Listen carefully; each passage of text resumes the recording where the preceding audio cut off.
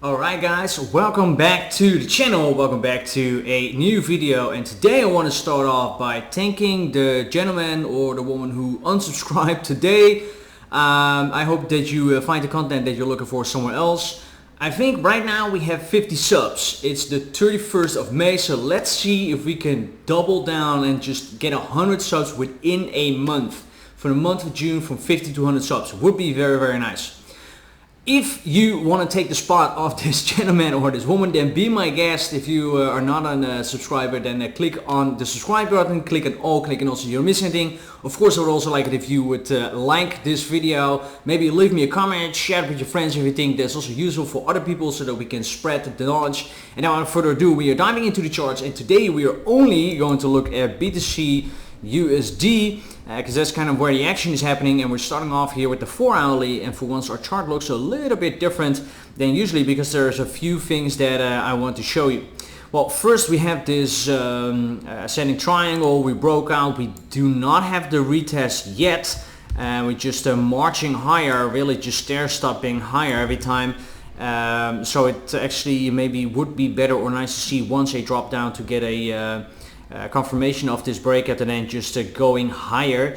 Was this the bottom?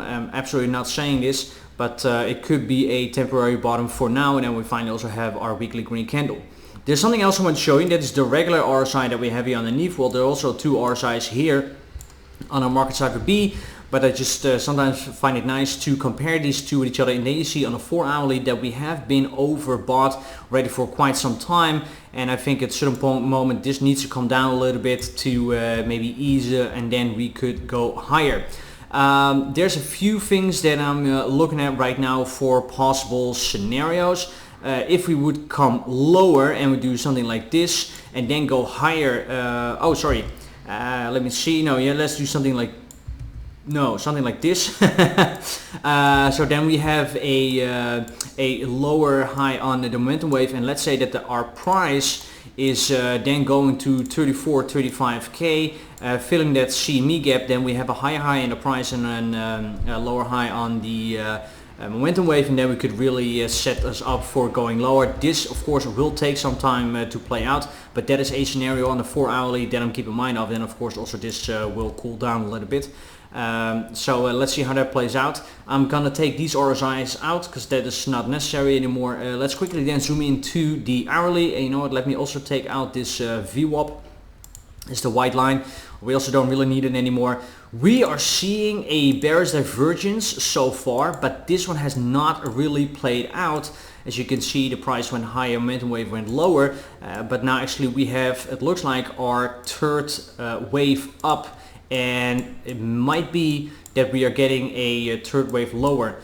I have never seen that this has not played out if we have 3 higher prices and 3 lower momentum waves. So far I have a 100% win ratio on this. So let's see how that goes. We do have a little bit of resistance here around this level. And if we also would zoom in further to the 12 minutes, then we're also seeing that this actually also gives a very nice bearish divergence right now, where the momentum wave is also going lower, the price is making it higher. And then you also saw one here on the 5 minute. That one kind of played out, where we're seeing also the price here going higher and this momentum wave going lower.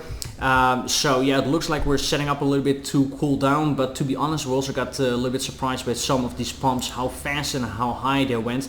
So everyone is kind of FOMOing in, and that is then usually until a level where the price is and no further, then a lot of longs are trapped, and then we are just dumping down.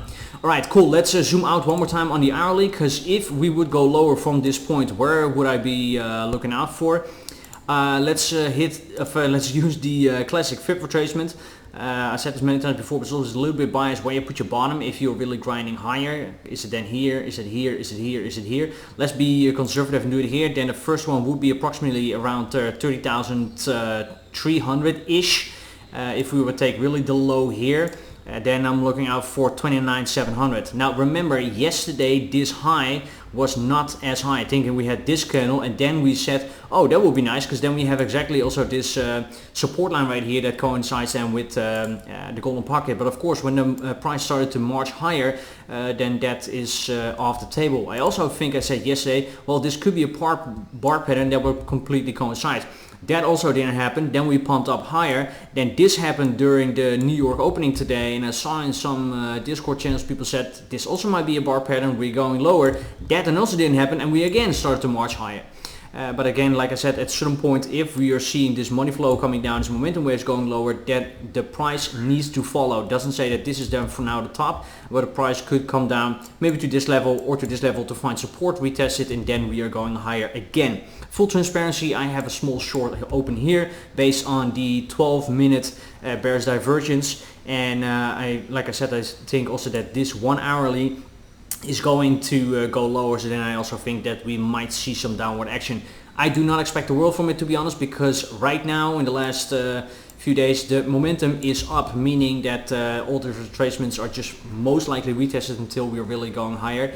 And I also stick to my guns by saying that I think that the 34, 35k around here is a huge level to make, but also B, that I think we're going higher. I think a lot of longs will be closed there, and profits will be taken, and also a lot of short position are right now they're open. So I think that's for now a major level. And of course also we had there the CME gap, as you might have remembered from previous videos.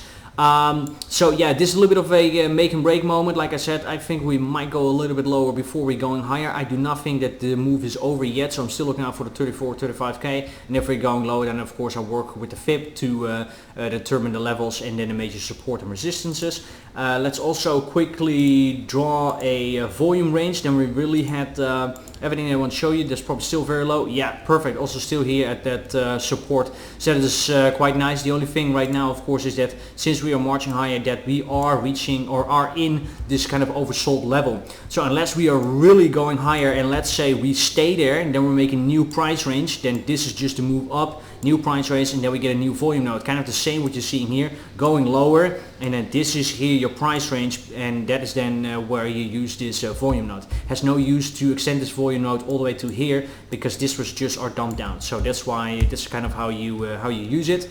For the DXY, that is still kind of now a little bit sideways going lower, so that is still coinciding then with the theory that is said yesterday, well, you know what, maybe this price just needs to play a little bit of catch up, that we're really going higher with BTC and ETH, and that the DXY that we're already dumping is then kind of confirmed again, and everything is in line. The same goes for the traditional stock markets. S&P and Nasdaq and Dow Jones kind of fighting with that zero line today, a little bit below, a little bit above. So that also then gives BTC the time it needs to catch up with the markets again. Quickly head over then to the bubbles. There we're seeing a bit of a green day. If we of course zoom out to the weekly, then we're also seeing green. This is of course coinciding with BTC. I said it already before, BTC is leading the dance.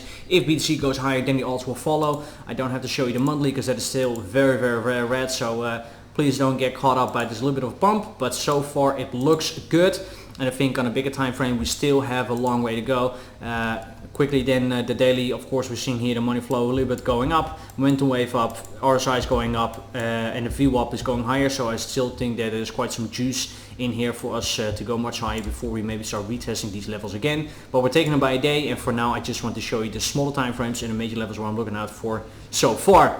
Alright guys, that was a quick video. Hope you liked the update. If so, then please do me a favor, hit the like button, subscribe. Again, let's see if we can reach 100 subscribers at the end of June. Also leave me a comment, share this video with your friends if you think that's useful. Feel free to follow me on Twitter and Instagram. I post a few updates on Twitter per day, something that I see in the charts, economics, stocks or whatever. So feel free to check that out. And thank you guys so much again for watching. See you next one. Bye bye.